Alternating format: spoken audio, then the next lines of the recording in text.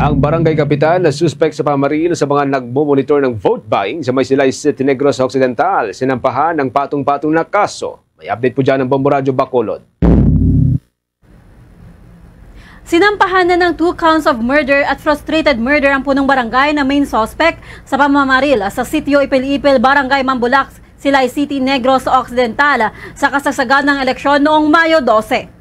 Dalawa ang namatay na kinabibilangan nina Albert Salimbot at Ronnie Piedad, 45 years old, habang sugatan naman sina Ruel Espinosa, 42 years old, Rick Orteliano, Wilfredo Cuello, 46 years old, Jason Beliesa, Joey Pomares at Glenn Gutierrez, 49 years old at isang hindi pa nakikilala.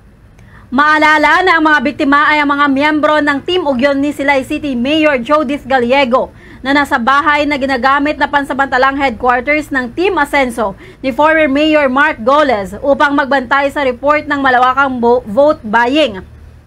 Matatandaan na dumating si punong barangay Arnie Benedicto ng Barangay Lantad, Silay City na miyembro ng Team Asenso at pumasok sa building.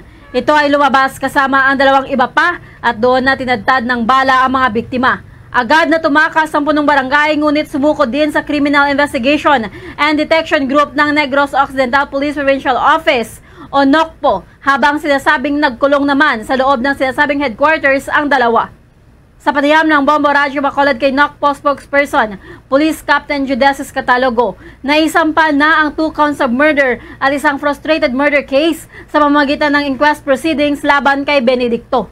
Ang pamilya ng dalawang namatay pa lamang at ang nakalabas na sa ospital na pasyente ang nakapagsampa ng kaso habang hinihintay pa ang maaaring pagsampa ng 6 na natitirang pasyente sa pamamagitan ng regular filing. Samantala, hindi naman napagbigyan ang request ng Silay City Police Station ng search warrant upang hulihin ng dalawang suspect na nasa loob ng bahay.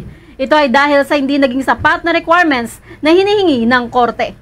Kahapon po, nasubmit po natin ang folder for the appropriate filing of cases natin sa Prosecutor's Office. 2 pong counts of murder at isa po ang frustrated murder. This is a national case lang po natin sa unang suspetsado na nakuha natin. And the others, itong mga biktima natin ng shooting at yung na-confine natin sa hospital, it will be another case for them. We're just waiting for the affidavit based on the testimony of our witnesses and our victims that will be collaborate also. Yan ang ulat mula rito sa lalawigan ng Negros Occidental. Para sa Bombo Network News, ito si Bombo Glory Faith Alciario. Para sa number 1 and most trusted radio network in the country, Bombo Radio Philippines, Basta Radio. Bombo!